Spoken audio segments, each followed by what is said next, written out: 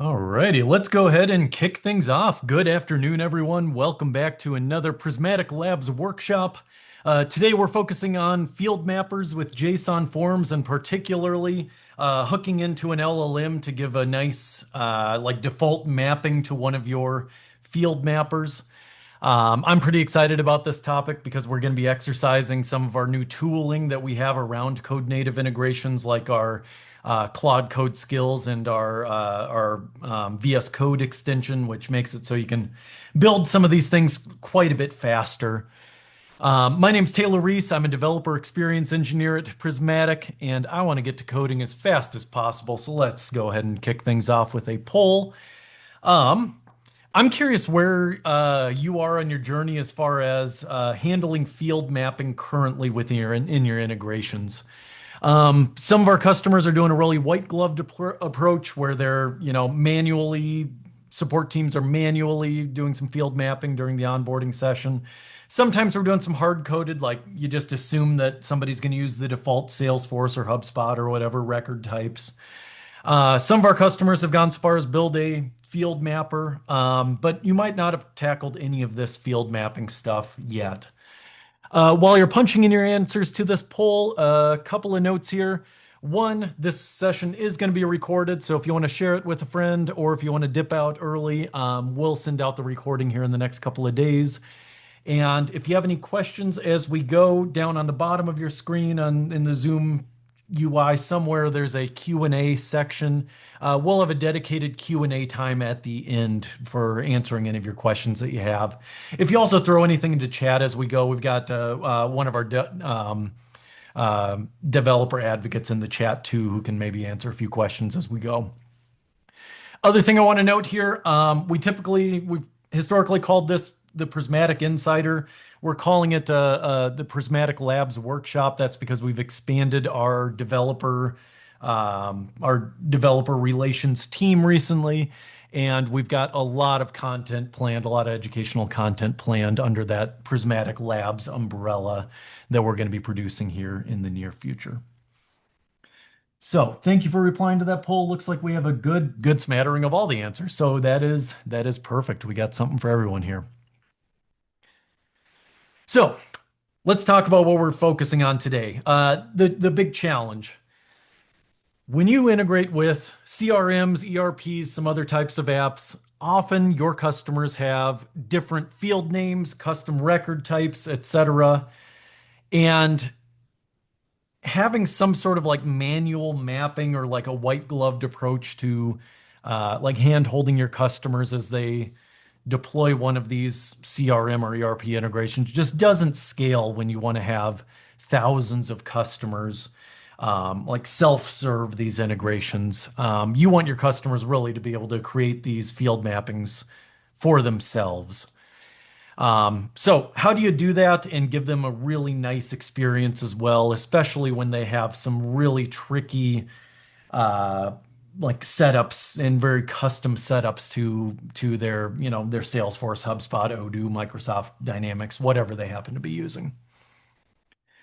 So the approach that we're going to talk about here today is creating a JSON Forms field mapper that's, schema driven, creating a dynamic form, pulling down fields from your customers' CRM and creating a good dynamic drop-down setup or drop-down menus and like field mapping setup. We're going to be using an LLM. I'm going to reach for OpenAI, but we're going to reach for an LLM to give you a kind of fuzzy default mapping because it's not very helpful if your customer gets to a field mapper and they just get a blank screen at first. Man, is it nice if 90% of the field mapping is done for them. So we're going to look at how to create a nice like default field mapping for them. And the end result here that we're going to have is a nice self-service config wizard experience that is built off of your customer's actual schema and setup in some third-party app. So let's get coding here. I've done enough yammering with the slide deck. Let's get coding. So I want to level set right away on what I mean by JSON forms and data sources in general. So for those of you who haven't seen it yet, this might be old news for a lot of you. For those of you who haven't seen it yet, taking off my Prismatic hat. Suppose I'm Jane Doe, I'm one of your customer users, and I'm logged into Acme, your company's website, and I see that you have an integration marketplace. I might want to go ahead and configure one of these integrations, like a Slack integration. So I can go into the integration. Let's say I add a new OAuth connection for my integration.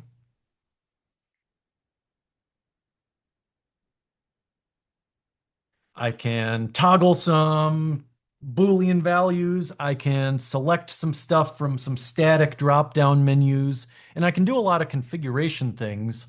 But at some point in the configuration process, I'm going to want to interact with some data in that third-party app. In this case, I might want to select one of my Salesforce channels from a drop-down menu, or I want my customers to be able to do that. Now, there's no possible way that you are going to know ahead of time as an organization the names of all of your customers' Slack channels that could possibly ever exist. You're going to want to be able to reach out to Slack's API and go fetch a list of channels and present those channels in a nice drop-down menu. So this drop-down menu right here, it sourced its data from some third-party API. So it's given the, very clever name data source. A data source is not a very complex thing. You can write custom data sources in either custom connectors or in code native integrations. And a data source is at its core just some JavaScript function that goes and fetches some data. So I want to show you here real quick what a data source might look like here. I'm going to write it in just a code component data source real quick here within the low code designer, but similar things can be written in a custom connector or a code native integration. So let's say I want to say, I want someone to select from a list of users that are fetched from some third-party API. I want someone to be able to select someone by their name, and that will yield their email address, let's say. So I want to present my users with a pick list, in other words, a drop-down menu, and I want to write that as a code data source. So like I said, behind the scenes, data sources are just JavaScript functions that run and do stuff. The typical format of a data source is you go and fetch some data from some third-party API. Let's deserialize the JSON that came back. So I'll get these users back out. And it looks like the end result is I need to yield an array of objects that each have a label and a key. So I can say something like const options equals users.map. For every user, let's go ahead and return a label of the user's name and a key of the user's email address. All right, so I've got a data source. I've fetched some data. I mapped the data into the format that the UI render expects, and then I went ahead and returned those options. So data sources are just JavaScript functions that go follow this sort of formula. And if I want to go ahead and test my data source, I can do so in the low-code designer if I want. And here I've got all of these users represented now as a drop-down menu. Now, obviously, a pick list drop-down menu like this is great when you want your users to select one out of an array of things, but your configuration experience that you want to present to your users is generally going to be more complex than that. In the case of a field mapper, you're probably going to want drop-down menus of some Salesforce fields on the left and some Acme fields over on the right. maybe some tabs for multiple record types that could be mapped. And so what we recommend for those more sophisticated kind of forms that you want to generate is something that we support called JSON Forms. And I'm going to pull up our docs and go into our JSON Forms playground to show that off a little bit. So what is a JSON form? A JSON form rendered off on the right-hand side over here is made up of two things that are represented as JSON. First, oh, good. Party bubbles, because I mean, awesome. A JSON form is made up of JSON schema, which represents the type of data that you want back out of the thing. So in this example form that I have over here, I'm saying I want an object back out. That object has some properties. Company name is a string. Company description is a string, and it has a little description. Cool. Number of employees is an integer, et cetera, et cetera. We've got some Booleans and whatnot down here. So you describe in schema what format you want back. And then in UI schema, you describe how this thing should be rendered. So in this case, I'm saying render everything vertically, render the company name input and the company description input, give it the option to have some multi-lines, render each thing as I go. And then the data that comes back out is just going to be, whatever I type in here in these inputs is going to be what's yielded to your integration. You can do a lot of things with JSON forms. You can format your UI schema. So maybe you have a horizontal layout with a couple of vertical layouts within it. You can do some, UI rules to say things like hide this thing. Oh, come on. Hide this thing if this value is false, but if the value is true, then show it.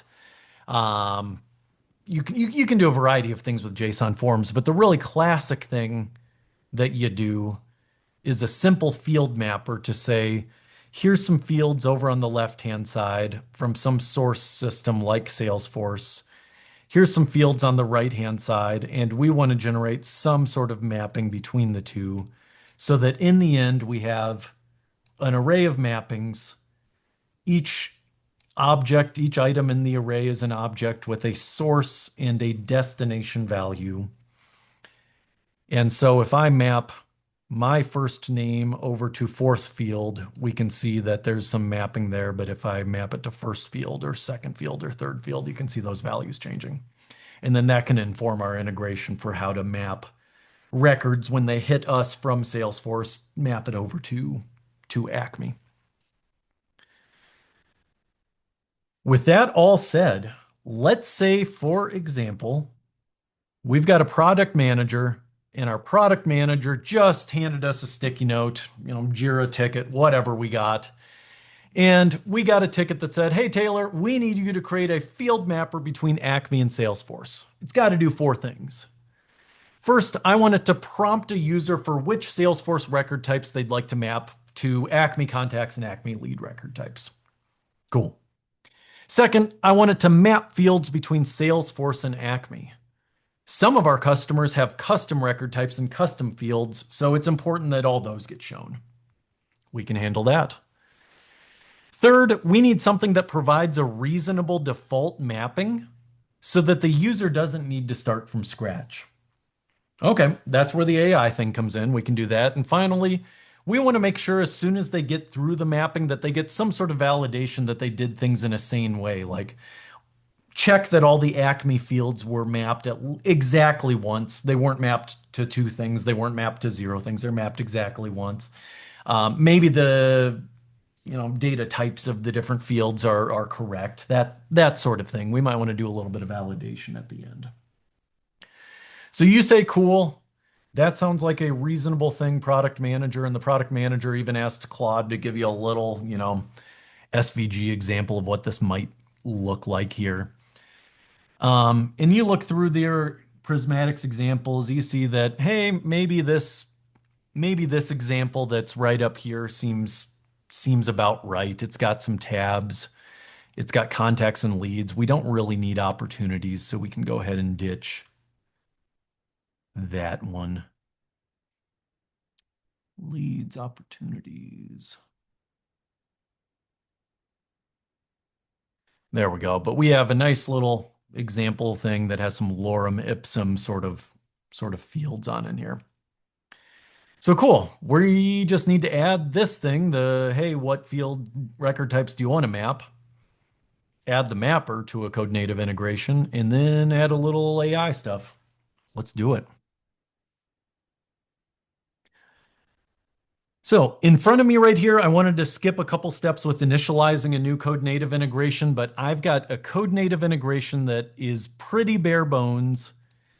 It has a set of config pages that have a Salesforce connection and an OpenAI connection that's an org activated like global connection because I want to use my OpenAI API key in multiple integrations. But I've got a couple of connections that we're going to establish, and then I have a workflow that basically does a no-op. It just returns the value of all the config vars because I wanted to be able to debug easily and see what the values are. As I'm building out my code native integration, I'm going to be leaning on two tools that Prismatic has available. First tool that I'm going to be leaning on, if I start up an instance of Claude here and look at plugins that are available, I've got a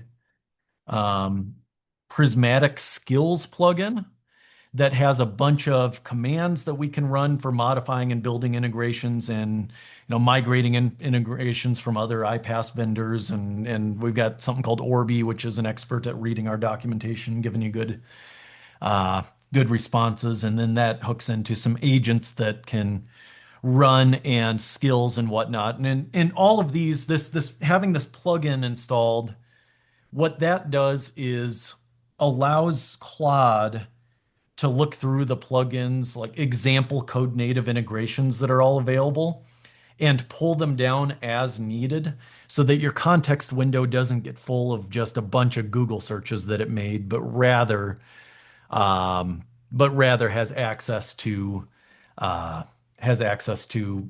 some like good references for how to build code native integrations properly. So that's the first tool that I want to show off here. The second tool I'm going to be leaning on here a bit is the Prismatic VS Code extension. What this allows us to do is test the integration, test the config wizard, etc., all within our IDE without having to like Alt Tab on over to the low code designer over and over again. So I'm going to take my code native integration here. I'm going to click the import button. That's going to go ahead and build my project, import the project. Perfect. Got it imported. And if we refresh the state of the integration, looks like it has an OpenAI connection that's already established and a Salesforce connection that isn't yet. So if I want to establish the Salesforce connection, the OAuth with OAuth, I can go ahead and do that from that VS Code extension. And once that's all established, we got some green lights. We can start testing our integration. I can go ahead and say like, yeah, go ahead and run a test of one of my flows. Remember, my flow just returns my config variables, but I can see the results of my execution right here. Okay, this is obviously, terrible security practice. I'll go ahead and revoke this token here in a little bit, but there's my OpenAI token. There's my Salesforce, access key, etc. Right there. And if I was, smart, I was actually returning some real data from Salesforce or whatever. I could see the results right here. The other thing that I can do with this VS Code extension, if I want to, is open up the config wizard from within my IDE as well. Obviously, my config wizard doesn't have much yet. It just has the connections page and that's it. But it'll have some other things here in a moment. So let's start knocking out what our project manager has asked us to do. We should prompt a user for the Salesforce record type that they'd like to map to each thing. All right, let's do that. And to do that, we are going to use the modify integration prismatic skill from our Claude plugin. And I'm going to say something like add a second config or a second page to the config wizard that has two config variables. One should prompt the user to select a Salesforce record type from a drop-down menu that maps to the Acme contact record type. Let's say two should do the same, but maps to an Acme lead record type, something like that. What that's going to do, and I'm going to go and turn on auto editing here for a moment. What that's going to do, you're going to see the Prismatic Skills run a series of scripts, and it's going to reference a series of markdown files that are all built into the Prismatic Claude Code plugin here. If I pull up the GitHub repo of the Prismatic Skills, right now it is going through the integration patterns reference right now. There we go. It's referencing a bunch of our patterns, etc. It's looking at code native examples. It's probably going to pull up this JSON Forms markdown file that has a series of examples for how this thing should look, and it's going to go ahead and create a good, it's going to know how to reach out to existing data sources and that sort of thing. Let's go ahead and look for a moment at our Git diff of what it's done so far.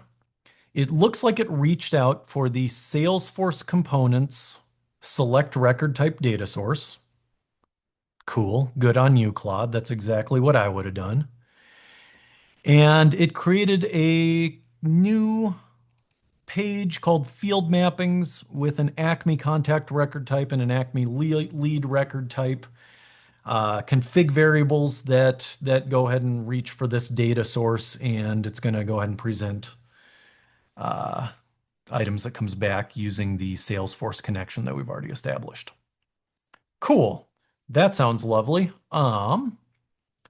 Let's open up our VS Code extension once more. We'll go ahead and click the import button once more to get that imported into Prismatic.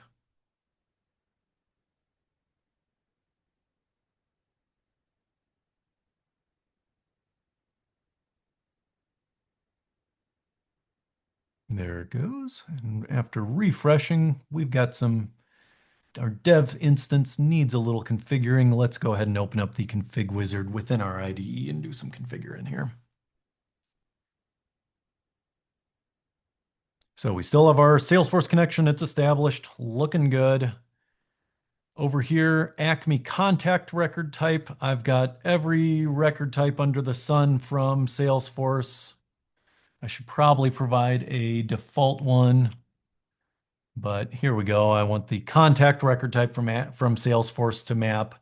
For leads, I'm going to go ahead and just start with the default lead record type from Salesforce, mapping over to an Acme lead record type. Looking good. Done. For the sake of being able to see diffs, let's go ahead and stage changes because I want to see the diff for the next thing. All right, so we are zipping by things already. Looks like we can tell our PM that step one is done. Next step, we need a field mapper between Salesforce and Acme. All right. Well, let's go ahead and reach for our modify integration skill again. And this time we'll say, now let's say we want to add a third config page to the config wizard that has a field mapper that maps Acme fields to corresponding Salesforce fields. It should have tabs for both Acme or have tabs for both like Acme lead and Acme contact record types, or yeah, tabs for both field mappings, let's say. Um, and Salesforce fields should be fetched for, let's say, whatever record types the user chose on the previous page. And maybe I want to even give it a little hint here. Like I've already kind of halfway mocked out what this field mapper should look like in the JSON Forms playground. The JSON Forms playground gave us something that's a custom component data source, but maybe I want to give it a little nudge in the right direction. Just say the JSON Forms playground um, provided me this example data source for a custom component that we can mimic for this code and for this code native integration, let's say, and we'll go and paste that thing in. All right.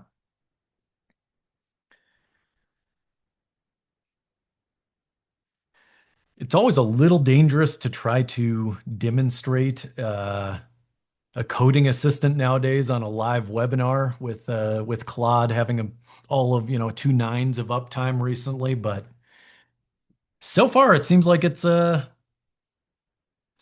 making good decisions and blasting through tokens pretty quick here.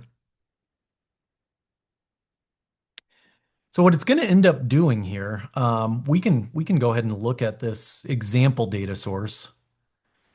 What it's going to end up doing is it's going to yield some schema, and the schema is going to be an object with properties of contacts and leads. I'm going to Alt Tab just to make sure there's nothing being said there. So we're going to need a schema with an object that has contacts and leads properties. Each of those are going to be an array with items. Each item in the array is going to have a source and a destination, so that in the end we've got a mapping of contacts. This field maps over to this field, etc. So that we've got mappings for both contacts and leads here. All right, done some research, determined how to fetch Salesforce leads for an S object at config time. Perfect.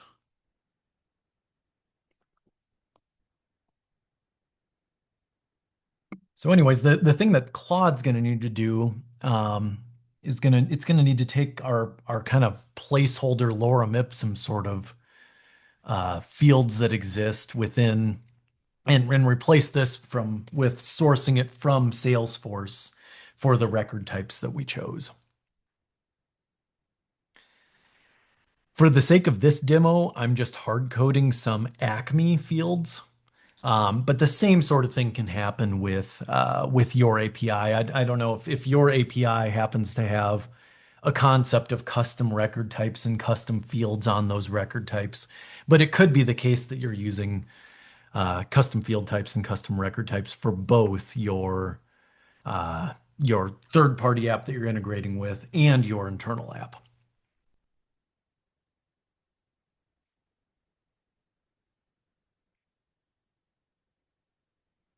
I'm going to give Claude a little bit longer to think on this. If push comes to shove, I do have a example bit of code that it generated during a dry run that we can flip over to if it starts acting a little slow on me.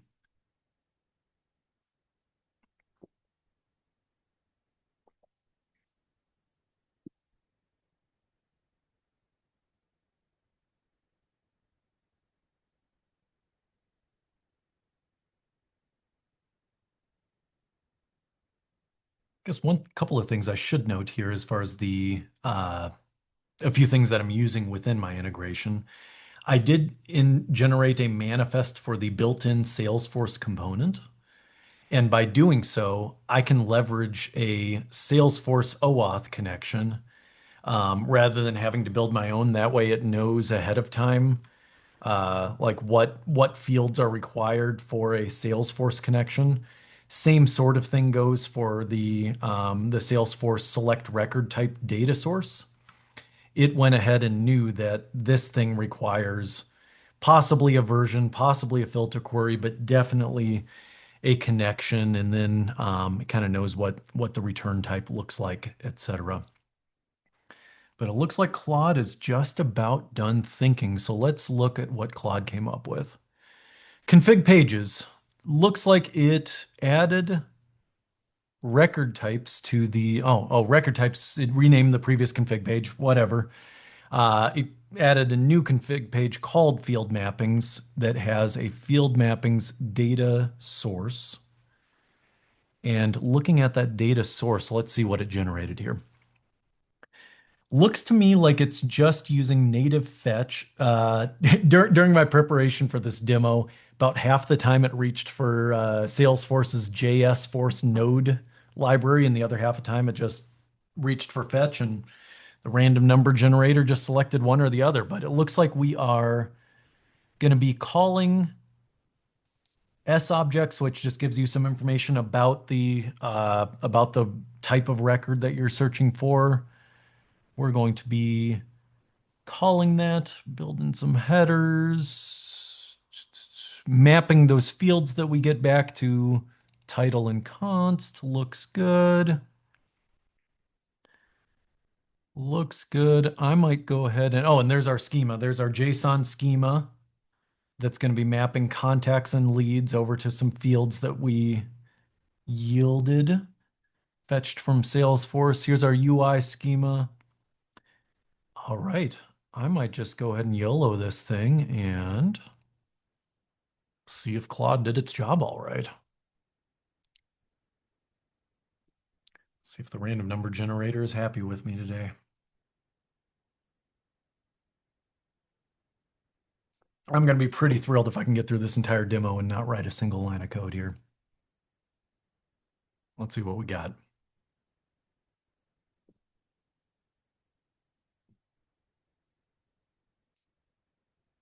All right. First page, cool. Connections done. Second page, contacts and leads. Yep, looks great. Third page, one of must not have fewer than one items. Oh, geez. Perfect. Let's see if Claude can fix that for me.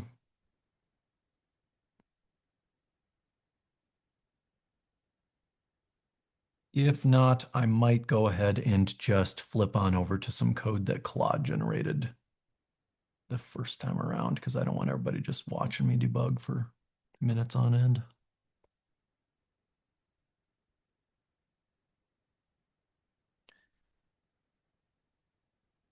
What was the error that it generated? JSON form data must source one of must not have fewer than one items.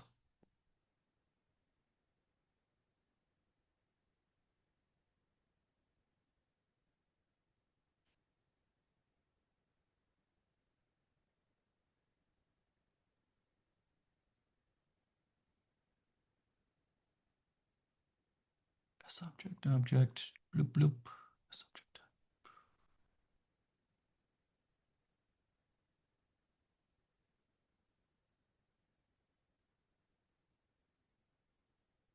It's fixing spelling warnings, but what else is it doing? Example posted.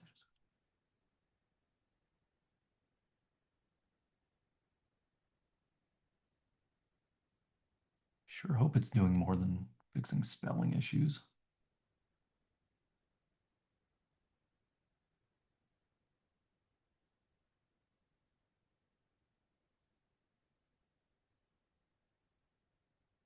Alrighty, let's see if this behaves a little bit better here.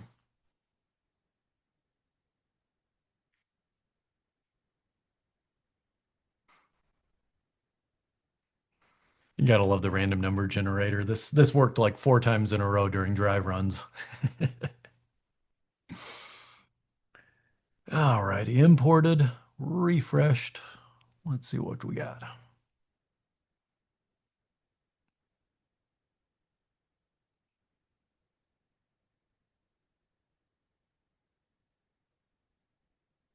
All right, I'm gonna grab my source directory over here and just splat it out over here.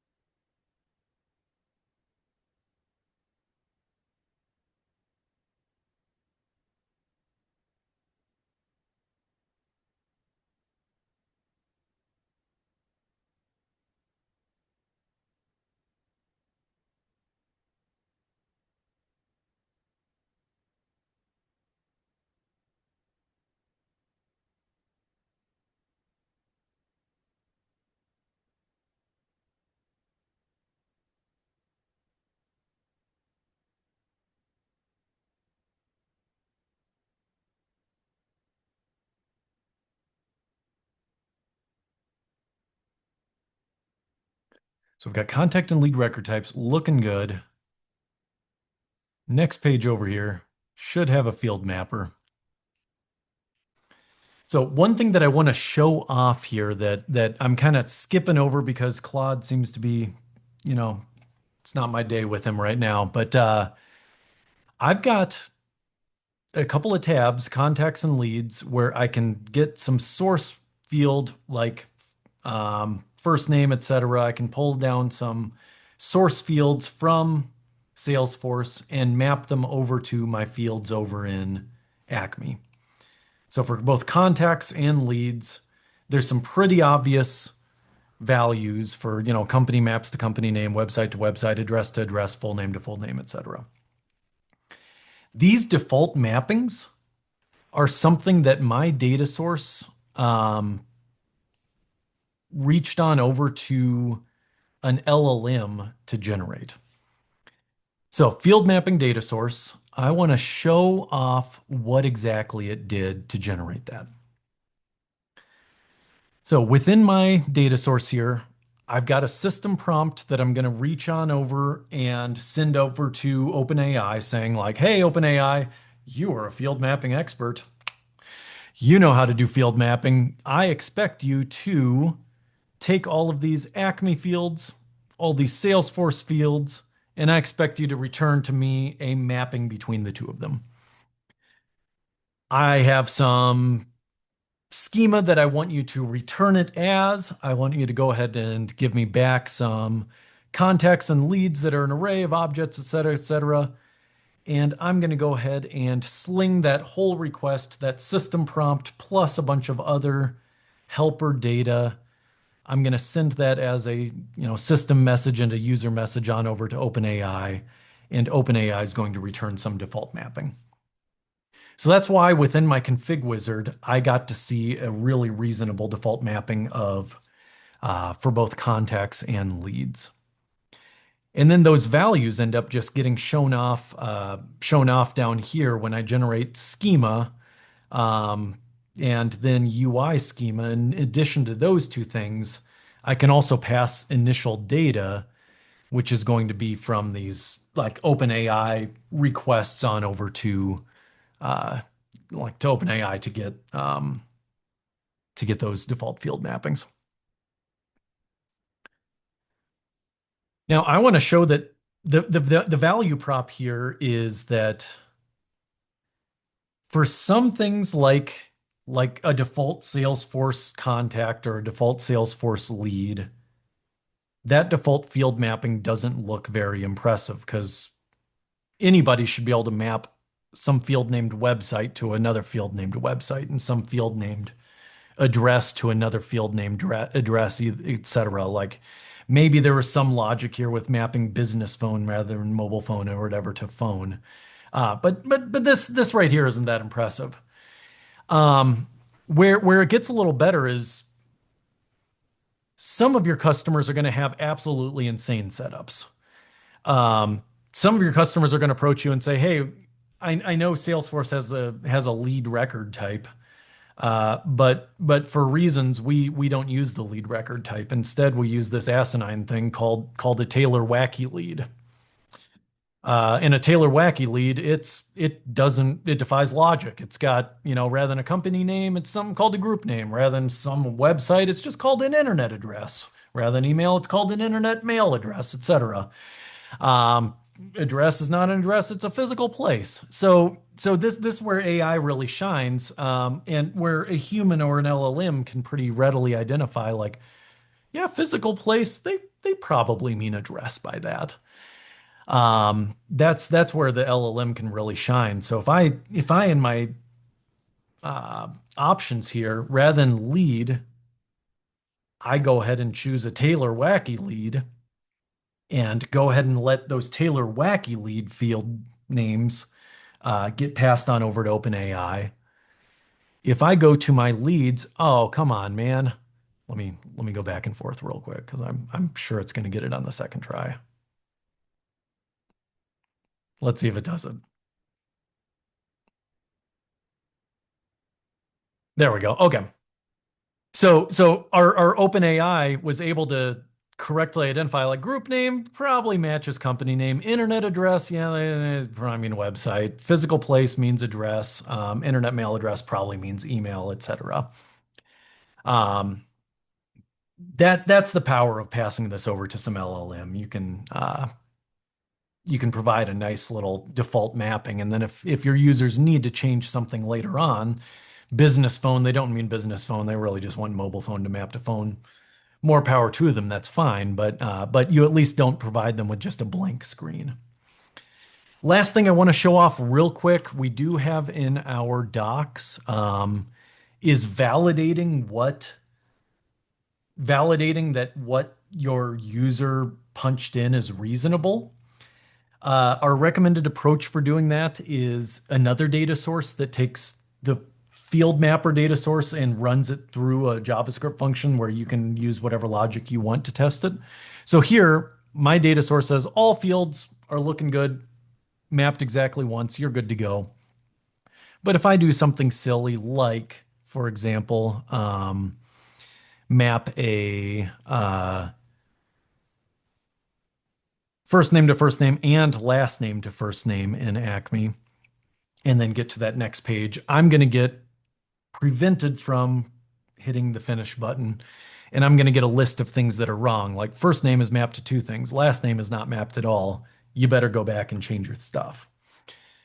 So that JSON form validator, we'll punch this into our chat here as well. But adding that at the end is something I strongly recommend as well. Couple of other recommendations that I have. I know we got a minute left. LLMs have about 99% uptime. I would recommend fuzzy match, fast fuzzy. I'd recommend, as part of your data source, having some amount of like error handling to say if the LLM happens to be down. There's a pretty darn cool tool called Fast Fuzzy, or an NPM package called Fast Fuzzy, that just does a fuzzy match between a couple of things just in JavaScript locally, that you could like fall back on in case an LLM happens to be down, but you don't want to just yield LLM errors in front of your users in a config page. Um, Anywho, flipping on back, my apologies. I know that was a long-winded demo. Um, Q&A, I'm going to make note of your Q&A questions, and we will reach out with any answers. Last thing, what topic are you interested in seeing next? Large data sinks. I know that's a pretty hot topic right now that we're actually addressing this next quarter, is built in a lot of primitives in large data sinks. building automations within your product, observability and logging, or some more Claude skills and, uh, deep dive with Claude skills stuff. Thanks so much for stopping by here today. Apologies that Claude went off the rails a little bit midway, but I think it all worked out all right in the end. You all have a terrific afternoon, and I'll see you around.